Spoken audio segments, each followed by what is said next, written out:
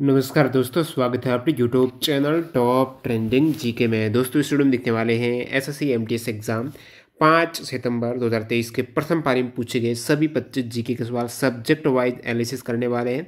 यानी जीके में जो आपके 5 सितंबर के प्रथम पारी में सवाल पूछे गए हैं वो नृत्य उत्सव, कला संस्कृति से 4 सवाल हैं, भूगोल से 2 सवाल पूछे गए, इतिहास से 3 सवाल, पुस्तक लेखक से हमेशा की तरह 2 सवाल, साइंस के 2 क्वेश्चंस, पुरस्कार अवार्ड का 1 सवाल है, करंट अफेयर्स के 2 सवाल है, योजना के 2 सवाल हैं। योजना के लगभग 2020 का एक करंट अफेयर्स है, एक 2022 का करंट अफेयर्स है। ठीक है, पॉलिटी से 2 सवाल हैं, अर्थशास्त्र से 2 है, विविध से 2, खेल संबंधित खिलाड़ी से 1 सवाल। तो इस टाइप से 25 सवाल जो पूछे गए हैं आज आपके 5 सितंबर को प्रथम शिफ्ट में, ये सभी 25 सवाल सब्जेक्ट वाइज देखने वाले हैं। एक्स्ट्रा फैक्ट सहित कवर करेंगे। पीडीएफ फाइल के लिए आपको टेलीग्राम चैनल ज्वाइन करना है। न्यू कैंडिडेट जो टेलीग्राम से नहीं जुड़े हैं, लिंक डिस्क्रिप्शन बॉक्स में है, जरूर चेकआउट कीजिएगा। टेलीग्राम से जुड़कर इसकी आप पीडीएफ फाइल प्राप्त कर सकते हो। ये सभी सवाल हैं वो सेंड किए हैं, वेरीफाई किए हैं हनु ने मैक्सिमम सवाल भेज दी थी और काफ़ी सवाल वेरीफाई भी किए, तो इनका बहुत बहुत धन्यवाद। तो यहाँ पर कंटिन्यू कर देते हैं। नृत्य उत्सव, कला संस्कृति के जो 4 सवाल पूछे गए वो कौन से हैं।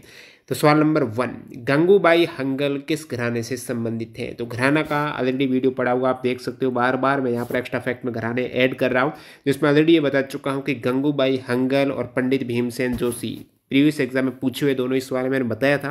और यहाँ पर आया है किराना घराने से संबंधित है गंगूबाई हंगल और भीमसेन जोशी।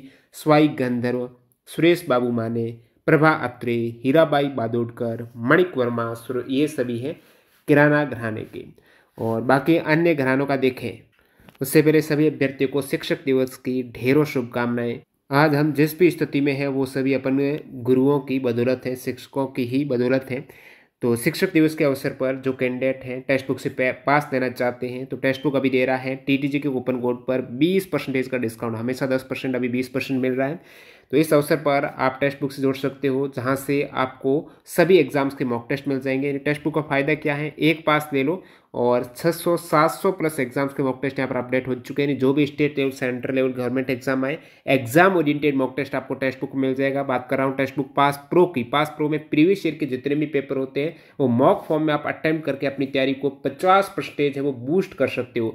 50% तैयारी है आपका कंसेप्ट क्लियर करने से और 50% तैयारी प्रैक्टिस से, मॉक टेस्ट से होती है। तो वो आप टेक्स्ट बुक से जोड़कर आज से स्टार्ट करके रैंक हासिल कर सकते हो, जिसमें सारे एग्जाम्स के मॉक टेस्ट मिल जाएंगे। एग्जाम ओरिएंटेड मॉक टेस्ट यहाँ पर अवेलेबल है, लिंक डिस्क्रिप्शन बॉक्स में। टीटीसी के कूपन कोड यूज करते हुए एक्स्ट्रा डिस्काउंट ले सकते हो। घराने की बात करें तो लखनऊ घराने के प्रमुख प्रतिनिधि की बात करें, नर्तक की बात करें तो पंडित बिरजू महाराज हैं, अच्छन महाराज, ईश्वरी प्रसाद, शंभू महाराज का आ चुका है आपके, ठाकुर प्रसाद हैं, बिंदादिन महाराज, कालिका प्रसाद, भैरव प्रसाद, मधुरिता सारंग, शाश्वती सेन, पंडित लच्छू महाराज, कुमकुमधर, ये सभी लखनऊ घराने से। बनारस घराने की बात करें तो पंडित रामदास जी, पंडित छोटे रामदास जी, पंडित महादेव प्रसाद मिश्र, पंडित राजेंद्र साजन मिश्र, ये बनारस घराने से हैं। अब ठुमरी गायिकों का एक सवाल पूछा ऑलरेडी, गिरिजा देवी कौन है। ठुमरी गायिका बनारस घराना, सिद्धेश्वरी देवी और रसूलन बाई, बड़ी मोती बाई, ये सभी ठुमरी गायिकाएं हैं जो कि बनारस घराने से। बनारस घराने में कथक नर्तक में सितारा देवी, जयंती माला। जयपुर अतरौली घराने में मल्लिकार्जुन मंसूर, केसर भाई केरकर। किशोरी अमोनकर कौन है, जयपुर अतरौली है, पूछा हुआ सवाल है किशोरी अमोनकर का। और मोगूबाई कुर्दीकर है, पद्मा तलवलकर और अश्विनी भिंडे, जयपुर अतरौली। मेवाती में पंडित जसराज का आया हुआ सवाल है, जसराज और मोतीराम याद रखिएगा। ग्वालियर में हद्दू खान, हस्सू खान, नत्थू खान। पटियाला में बड़े गुलाम अली खान है, अजय चक्रवर्ती है, ये। नेक्स्ट आपका सवाल है हेमा मालिनी और बेगम अख्तर पूछे तो आपका किस घराने से, आप कहेंगे पटियाला घराना है, बेगम अख्तर। हेमा मालिनी एक प्रशिक्षित नृत्यांगना है। किस डांस की डांसर है हेमा मालिनी, तो भरतनाट्यम की डांसर है हेमा मालिनी। गुलाबो सपेरा किस नृत्य शैली से संबंधित है। गुलाबो सपेरा कालबेलिया जाति की प्रसिद्ध नृत्यांगना है। गुलाबा सपेरा, कालबेलिया नृत्य कहाँ का है, राजस्थान का है और कालबेलिया जनजाति का ये नृत्य है। और कालबेलिया नृत्य को 2010 में यूनेस्को की अमूर्त विरासत लिस्ट में शामिल किया गया है। नेक्स्ट सवाल, असम में फसल कटाई उत्सव कौन सा। तो बिहू उत्सव कहाँ पर है, तो आप कहेंगे असम में है। फसल कटाई के प्रमुख उत्सव में मकर संक्रांति आता है जो पूरे उत्तर भारत में, पोंगल रहता है और तमिलनाडु में, ओणम रहता है केरला में। अन्य आप देखेंगे तो लोहड़ी है, बैसाखी ये पंजाब में और मकर संक्रांति होगा बिहू उत्सव में, नोखाई उड़ीसा में, गुड़ी पड़वा महाराष्ट्र, वांगला मेघालय, उगादी है आंध्र प्रदेश और कर्नाटक में, विशु केरल में। ठीक है, नेक्स्ट सवाल आपके भूगोल से 2 सवाल पूछे गए वो देखते हैं। ग्रेट बैरियर रीफ कहाँ पर स्थित है। ग्रेट बैरियर रीफ ये दोस्तों ऑस्ट्रेलिया, क्वींसलैंड। क्वींसलैंड ऑस्ट्रेलिया में ये जो ग्रेट बैरियर रीफ है ये कोरल सागर में स्थित है। क्वींसलैंड ऑस्ट्रेलिया कोरल सागर में विश्व की सबसे बड़ी ये एक तरीके से मूंगे की दीवार है। विश्व की सबसे बड़ी यहाँ पर मूंगे की दीवार है वो ग्रेट बैरियर रीफ है। एक तरीके से ये चट्टान बन जाती है मूंगे की। और ये जो क्वींसलैंड में चट्टान है 160 किलोमीटर चौड़ी और 61 मीटर से अधिक गहरी एक चैनल द्वारा तट से अलग की गई। नेक्स्ट वाले यहाँ पर पंजाब किस खनिज हेतु प्रसिद्ध है। पंजाब में कोई ज़्यादा खनिज नहीं होते हैं। खनिज और कोयले का भंडार समृद्ध नहीं है पंजाब में। पंजाब में साल्ट काफ़ी होता है, तो नमक पंजाब में पाया जाने वाला प्रमुख खनिज आप कह सकते हो। बाकी पंजाब में मिट्टी बहुत उपजाऊ है, जलोढ़ मिट्टी है। उपजाऊ मिट्टी पंजाब में मिल जाएगी आपको। दोमट मिट्टी आप जैसे कहते हो वो है पंजाब में। ज़्यादातर जो मिट्टी है वो जलोढ़ी मिट्टी है, 40% है ये वाली मिट्टी कवर करती है। और जो कि सबसे अच्छी मिट्टी मानी जाती है जलोढ़ मिट्टी, जिसे आप एलुवियल सॉइल कहते हो, क्योंकि इसकी उच्च सांद्रता के कारण इसमें कम पानी में भी काम चल जाता है। नेक्स्ट वाले यहाँ पर इतिहास से 3 सवाल। विश्व भारती विश्वविद्यालय की स्थापना 1921 में किसने की। विश्व भारती विश्वविद्यालय की स्थापना रविंद्रनाथ टैगोर ने की थी पश्चिम बंगाल में। विश्व भारती विश्वविद्यालय पश्चिम बंगाल के शांति नगर निकेतन नगर में स्थापित हुआ एक विश्वविद्यालय, जो कि 1951 में केंद्रीय विश्वविद्यालय में कन्वर्ट किया गया। तो ये है दोस्तों रविंद्रनाथ टैगोर ने 1921 में। बंगाल विभाजन कब हुआ था, हिस्ट्री का सवाल। बंग भंग हुआ है 1905 19 जुलाई। तो 19 जुलाई 1905 को लॉर्ड कर्जन ने, उस समय गवर्नर वायसराय था, उनके द्वारा बंगाल विभाजन का निर्णय लिया गया। प्रभावी हुआ है 16 अक्टूबर 1905 को। और जो निर्णय लिया गया, घोषणा हुई 19 जुलाई 1905 को कर्जन ने की थी। और इससे जो बंगाल विभाजन के दौरान ही स्वदेशी आंदोलन हुआ था, जहाँ से काफ़ी बार सवाल पूछा जाता है। तो इसका रिजल्ट रहा बंगाल विभाजन का, स्वदेशी आंदोलन हुआ यहाँ पर। और आपको पूछ रहे इसका प्रमुख कारण क्या था, तो प्रशासनिक असुविधा कारण बताया जाता है। अंग्रेजों की फूट डालो राज करो नीति का ही ये भाग था बंगाल विभाजन। कुतुब मीनार कहाँ स्थित है। कुतुब मीनार की बात करें तो ये मेहरौली दिल्ली में स्थित है। चार मीनार की बात करें तो वो हैदराबाद में स्थित है। तो कुतुब मीनार मेहरौली दिल्ली में स्थित है, जिसका निर्माण है कुतुबुद्दीन ऐबक ने वेधशाला को तोड़कर कराया था। कुतुबुद्दीन ऐबक ने प्रारंभिक जो शुरुआती नींव रख दी थी 1999 में। एक ही आधार बना पाए थे कुतुबुद्दीन ऐबक। आगे 3 मंजिलों को बढ़ाया था उनके उत्तराधिकारी इल्तुतमिश ने। कब, 1220 में 3 मंजिल बढ़ाई और लास्ट में 1369 में फिरोज शाह तुगलक ने 5वीं और अंतिम मंजिल बनाई है। तो ये जो कुतुब मीनार है यूनेस्को वर्ल्ड हेरिटेज साइट है, 1993 में घोषित की गई। चार मीनार की बात करें तो ये हैदराबाद में है, कुतुब मीनार दिल्ली में है, चार मीनार हैदराबाद में निर्मित है। चार मीनार का निर्माण हुआ दोस्तों 1591 में। ठीक है, 1591 में चार मीनार जो हैदराबाद तेलंगाना में है। निर्माता है मोहम्मद कुली कुतुब शाह। आर्किटेक्ट चार मीनार के हैं मीर मोहसिन अस्त्रवाड़ी। और स्टाइल है इंडो इस्लामिक आर्किटेक्चर स्टाइल में निर्मित है चार मीनार 1591 में हैदराबाद में निर्मित मोहम्मद कुली कुतुब शाह के द्वारा। अब दिल्ली की जमा मस्जिद का निर्माण किसने कराया, तो 1650 में शाहजहां ने कराया था, 1656 में पूर्ण। अलाउद्दीन खिलजी ने दिल्ली का अलाई दरवाजा का निर्माण 1311 में कराया, जो कि उनकी जो कुवैत उल इस्लाम जो मस्जिद है उसका एंट्रेंस है दक्षिण का अलाई दरवाजा। इंडिया गेट एडविन ल्यूटेंस ने डिजाइन किया था, जिसको निर्माण किया गया 1921 से 1931 के मध्य। इंडिया गेट को पहले दोस्तों किंग्सवे कहा जाता था। इंडिया गेट है जो कि दिल्ली में स्थित है।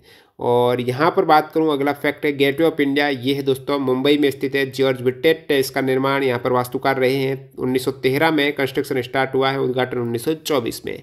पुस्तक लेखक से 2 सवाल। आर के नारायण की आपको पुस्तक पूछिए तो 2 प्रमुख पुस्तकें हैं, मालगुडी डेज, स्वामी और फ्रेंड है, प्रीवियस एग्जाम में पूछा हुआ है। तो ये 2 पुस्तकें आर के नारायण की प्रमुख हैं।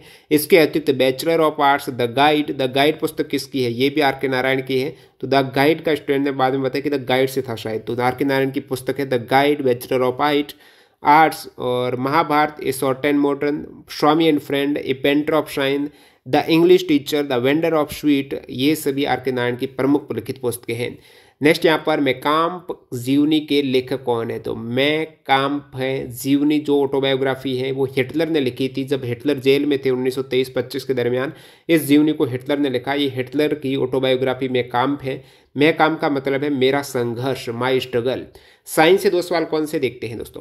पीलिया रोग में किसी बच्चे के जन्म के 2 से 4 दिनों में कौन से लक्षण दिखते हैं। जो जॉन्डिस रोग नवजात शिशु में हो जाए तो लक्षण वही होगा जो कि एक तरीके से पीलापन आपके त्वचा में नजर आएगा। आंखों का सफ़ेद भाग जॉन्डिस के कारण पीला हो जाता है।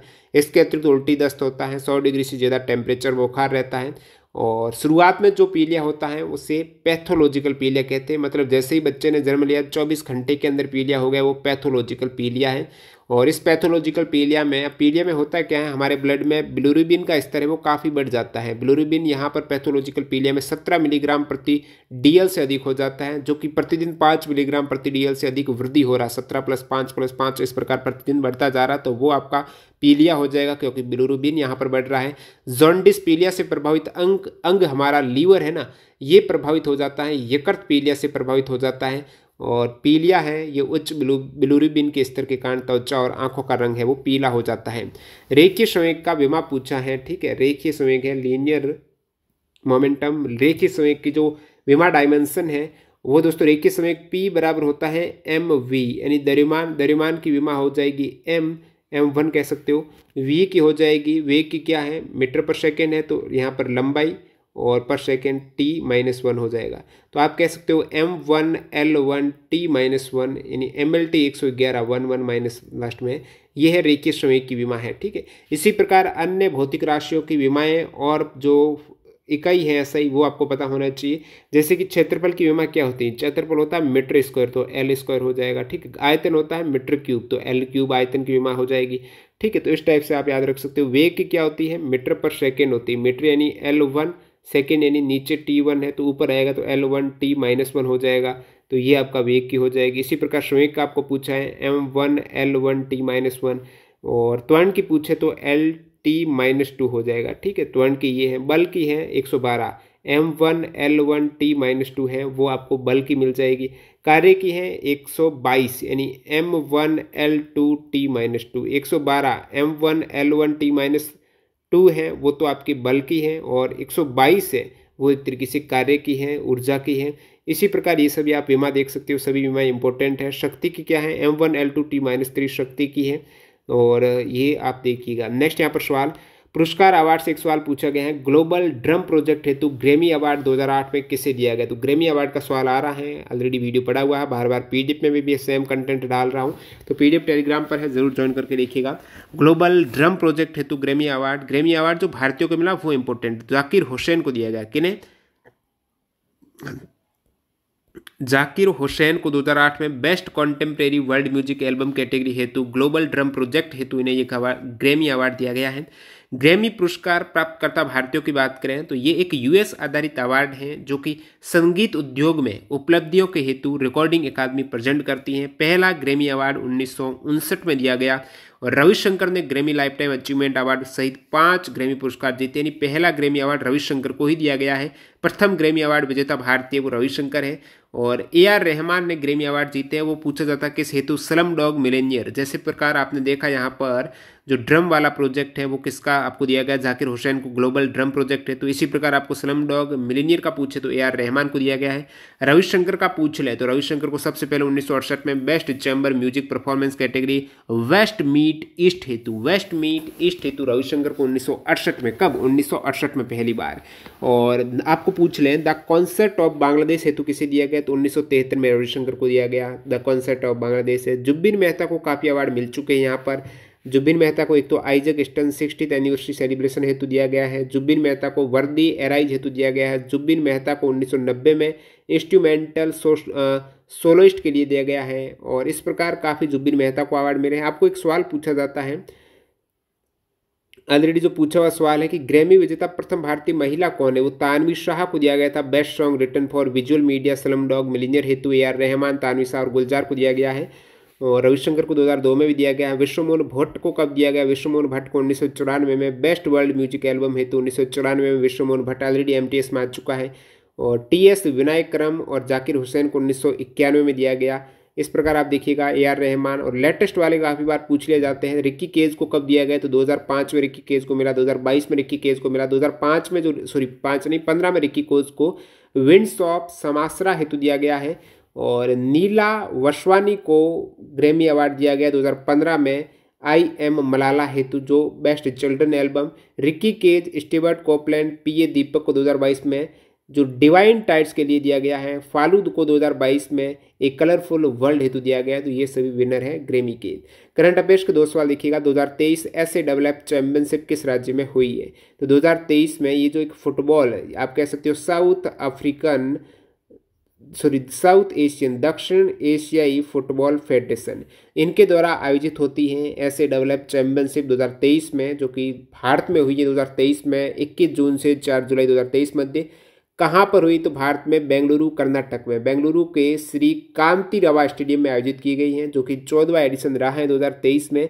और इसमें विजेता भारत रही है, उप विजेता कुवैत रहा। तो कुवैत ने भारत ने कुवैत को हराया, ध्यान रखना फाइनल में। एसएडब्ल्यूएफ चैंपियनशिप भारत विजेता, उप विजेता कुवैत है। सबसे टॉप स्कोर या बेस्ट प्लेयर का अवार्ड दिया गया सुनील छेत्री को।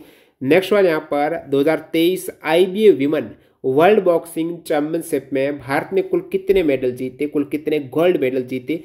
तो IBA women world boxing championship 2023 में, ये ऑलरेडी सवाल CHSL 2023 का करंट अफेयर्स का मैंने वीडियो डाला था 200 क्वेश्चन से, उसमें ये पूछा हुआ सवाल है। तो भारत ने टोटल 4 मेडल जीते, 4 कौन से? 4 सभी मेडल गोल्ड ही जीते भारत ने, गोल्ड के अलावा बात ही नहीं की है। फर्स्ट रैंक भारत ने 4 मेडल जीत के हासिल किया आईबीए वुमेन बॉक्सिंग चैंपियनशिप जो हुई है। इसमें मिनिमम वेट में अवार्ड जीता नीतू घागास ने, gold medal. Light flyweight में निखत जरीन ने गोल्ड मेडल। मिडिल वेट में लवलीना बोहरगेन ने गोल्ड मेडल और स्वीटी बुरा ने gold medal light heavy weight में। ये केडी जाधव इंडोर हॉल नई दिल्ली भारत में आयोजित हुआ है 2023 IBA women world boxing championship. अब योजना से 2 सवाल हैं जो एज ए करंट अफेयर्स ही है। सवाल देखो, विद्युत क्षेत्र की पुनरुत्थान वितरण क्षेत्र योजना संबंधित गलत कथन कौन सा है? विद्युत क्षेत्र की पुनरुत्थान वितरण क्षेत्र योजना संबंधित गलत कथन। अब ये 30 जुलाई 2022 को प्रधानमंत्री नरेंद्र मोदी ने इस योजना का शुभारंभ किया। विद्युत क्षेत्र पुनरुत्थान वितरण क्षेत्र योजना, ये जुलाई 2022 में मोदी जी ने शुभारंभ किया। इस योजना की अवधि कितनी है? तो 5 वर्ष है, 2021-22 से लेकर 2025-26 तक 5 वर्षों की अवधि में 3 लाख करोड़ रुपए से अधिक का परिव्यय आएगा इस योजना में, जिसका उद्देश्य है बुनियादी ढांचे के आधुनिकीकरण और सुदृढ़ीकरण के लिए डिस्कॉम्स को वित्तीय सहायता प्रदान करना। कितनी वित्तीय सहायता? 3,03,758 करोड़ है, ये लाख में नहीं है, 3 लाख करोड़ रुपए है भाई। और देश के उपभोक्ताओं को विद्युत क्षेत्र के पुनरुत्थान वितरण क्षेत्र योजना में 25 करोड़ स्मार्ट प्रीपेड मीटर भी उपलब्ध किए गए हैं। नेक्स्ट सवाल, गरीब कल्याण रोजगार अभियान 2020 के प्रथम चरण में कितने राज्यों को शामिल किया गया था? गरीब कल्याण रोजगार अभियान 2020 कोविड-19 के दौरान जो प्रवासी मजदूरों के समक्ष उत्पन्न रोजगार की समस्या के समाधान हेतु 125 दिन का अभियान चला था। गरीब कल्याण रोजगार अभियान 125 दिन का, जिसमें 6 राज्य शामिल थे। 6 राज्य में बिहार था, उत्तर प्रदेश था, मध्य प्रदेश था, राजस्थान था, झारखंड और ओडिशा। इन 6 राज्यों में गरीब कल्याण रोजगार अभियान 2020 का शुरुआत की गई, 125 दिन तक चला। इसकी शुरुआत मोदी जी ने वीडियो कॉन्फ्रेंसिंग के माध्यम से बिहार के खगड़िया जिले के ग्राम तेलीहार से की थी। पॉलिटी से 2 सवाल कौन से हैं? संविधान में 2023 तक कितनी अनुसूचियां हैं? संविधान में शेड्यूल 12 है और वर्तमान आर्टिकल 395 है। वैसे तो 450 प्लस है आर्टिकल, लेकिन यहाँ पर मेन आर्टिकल 395 में ही है। जो भी आर्टिकल रहता है वो क्लोज में रहता है, जैसे कि 21A कर दिया, 51 है तो 51A कर दिया। तो मेन आपको 395 ऐसा नहीं मिलेगा, 396 आर्टिकल ऐसा नहीं मिलेगा। आर्टिकल 395 है, अनुसूचियाँ 12 हैं, भाग 25 है। शुरुआत संविधान जब बना था उस समय भी आर्टिकल 395, लेकिन भाग उस समय 22 थे, अनुसूचियाँ उस समय 8 थी। अभी 12 अनुसूचियाँ जो आपको पूछा है। 12 अनुसूचियाँ आप देखेंगे, प्रथम अनुसूची में आपको संघ और राज्य का क्षेत्र मिलेगा, दूसरी में मुख्य अधिकारियों का वेतन है, भत्ता है, तीसरी में शपथ है, चौथी में राज्यसभा की सीटों का विभाजन है, चौथी में। 5वीं अनुसूची में SC ST अनुसूचित जाति और जनजाति क्षेत्रों का प्रशासन का उल्लेख 5वीं में। 6ठी में है दोस्तों ATM, ठीक है, ATM यानी असम, त्रिपुरा, मणिपुर और असम, त्रिपुरा, मेघालय, मिजोरम, यहाँ का जनजातीय प्रशासन है 6ठी अनुसूची में। 7वीं में केंद्र और राज्यों के बीच शक्तियों का विभाजन है, बंटवारा है, जिसमें संघ सूची, राज्य सूची और समवर्ती सूची का उल्लेख मिलेगा आपको 7वीं अनुसूची में। 8वीं अनुसूची में 22 भाषाएं, 9वीं में भूमि सुधार है, 10वीं में दल बदल है, 11वीं में पंचायत है, 12वीं में नगर निकाय है। अगला सवाल यहाँ पर, विधानसभा पर धन विधेयक किसकी पूर्व अनुमति पर पेश किया जाता है? तो ये राज्यपाल की पूर्व अनुमति से ही विधानसभा में धन विधेयक पेश किया जाता है, राज्यपाल की पूर्व अनुमति से। संविधान के आर्टिकल 110 में धन विधेयक की परिभाषा दी गई है। धन विधेयक है वो लोकसभा में पारित, आप कहते हो केवल लोकसभा में होता है, राज्यसभा में विचार हेतु जाता है, जैसे 14 दिन के अंदर उन्हें स्वीकृति देनी होती है, अन्यथा इसे राज्यपाल अपने आप पारित मान लेंगे। धन विधेयक को। इकोनॉमिक के 2 सवाल देखते हैं। एक सवाल था बैंकिंग टर्म में ब्याज का क्या अर्थ है। इंटरेस्ट टर्म है ना बैंकिंग में, उसका क्या मतलब है। ब्याज आप 2 रेफरेंस में देख सकते हो। एक तो ब्याज वह कीमत है जो आप पैसा उधार लेने के लिए चुकाते हो। आपने किसी से पैसा उधार लिया तो आपको उन्हें ब्याज देना पड़ेगा, और यदि आपने किसी को पैसा उधार दिए तो आपको उसके बदले मिलेगा ब्याज। ठीक है, तो ये वाला। सरकार की नज़र में गैर ऋण पूंजीगत प्राप्तियां क्या है। गैर ऋण यानी नॉन डेप्ट कैपिटल रिसिप्ट क्या है, तो उसके अंतर्गत आपके देनदारियां नहीं रहती हैं, लाइबिलिटीज़ नहीं रहती है गवर्नमेंट की इन प्राप्तियों की रिसिप्ट की। और गैर ऋण पूंजीगत प्राप्तियों में आपके ऋण की वसूली, यदि लोन दे दिया है और लोन वापस दे रहे हैं तो लोन को पहले दिया था आप वापस दे रहे हैं तो ऋण की वसूली हो रही है। सार्वजनिक उद्यमों की बिक्री से प्राप्त आय है। यदि गवर्नमेंट डिसइन्वेस्टमेंट करती है, किसी भी गवर्नमेंट प्रॉपर्टी को बेचती है, सार्वजनिक उद्यम में उसको बेचा तो प्राप्त आय है डिसइन्वेस्टमेंट, विनिवेश से प्राप्त आय जो होगी वो गैर ऋण पूंजीगत प्राप्ति है। बोनस शेयर यदि जारी होता है उसमें जो इनकम है वो गैर ऋण पूंजीगत प्राप्तियों के ये उदाहरण है। तो जो केंद्र सरकार है गैर ऋण पूंजी प्राप्तियों को 2 व्यापक श्रेणियों में सूचीबद्ध करती है। एक ऋण की वसूली, लोन की वसूली, सेकंड यहाँ पर अदर जो रिसिप्ट है, बोनस शेयर है, डिसइन्वेस्टमेंट है, ये सभी आ जाते हैं। नेक्स्ट सवाल यहाँ पर विविध के 2 सवाल। इंडिया पोस्ट में कौन से 6 मेन चैनल में से नहीं है। तो 6 मेन चैनल जो इंडिया पोस्ट में है, 6 मुख्य चैनल में राजधानी चैनल है, metro channel, green channel, business channel, bulk mail channel और आवधिक चैनल, ये 6 चैनल है। ये प्रमुख शहरों के बीच मेल की तीव्र डिलीवरी की सुविधा प्रदान करते हैं। इंडिया पोस्ट दुनिया का सबसे बड़ा डाक नेटवर्क है, पार्सल और व्यक्तिगत पत्रों को संभालता है। इसके अंतर्गत 3 प्रमुख कैटेगरी रहती है। एक प्रथम श्रेणी मेल, दूसरा द्वितीय श्रेणी मेल, तीसरा ये 6 मेन चैनल। ये 3 प्रमुख कैटेगरी, जिसमें प्रथम श्रेणी मेल में पोस्ट कार्ड और लिफाफे होते हैं जो स्टेशनों के बीच हवाई मार्ग से भेजे जाते हैं। सेकेंड जो कैटेगरी मेल की, इसमें किताब, समाचार पत्र, पत्रिका है और जो जल मार्ग या फिर भूमि मार्ग से ले जाए जाते हैं। और तीसरी कैटेगरी जिसमें 6 मेन चैनल आते हैं तीव्र डिलीवरी के लिए।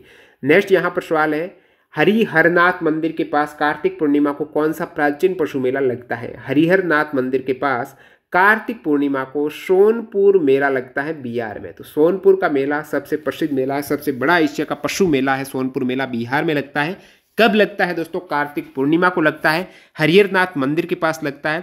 इस मेले को हरिहर क्षेत्र मेला भी कहते हैं, सत्तर मेला भी कहते हैं। यहाँ पर बैल, घोड़े और हाथियों की खरीद फरोख्त होती है। और पहले ये हाजीपुर में मेला लगता था, लेकिन औरंगजेब ने यहाँ पर सोनपुर में लगने की आदेश दिया था। अंतिम सवाल देखते हैं खेल संबंधित खिलाड़ी से। साइखोम मीराबाई चानू किस खेल से संबंधित है? मीराबाई चानू वेट लिफ्टिंग की खिलाड़ी हैं। इन्होंने 49 किलोग्राम भार वर्ग में 2020 टोक्यो ओलंपिक में एक रजत पदक जीता है और कॉमनवेल्थ गेम्स 2022 में इन्होंने गोल्ड जीता है। 201 किलोग्राम वजन उठाया, वो भी 49 किलोग्राम भार वर्ग में। मणिपुर से संबंध रखती है साइखोम मीराबाई चानू और 2018 में इन्हें पद्मश्री से नवाजा गया था।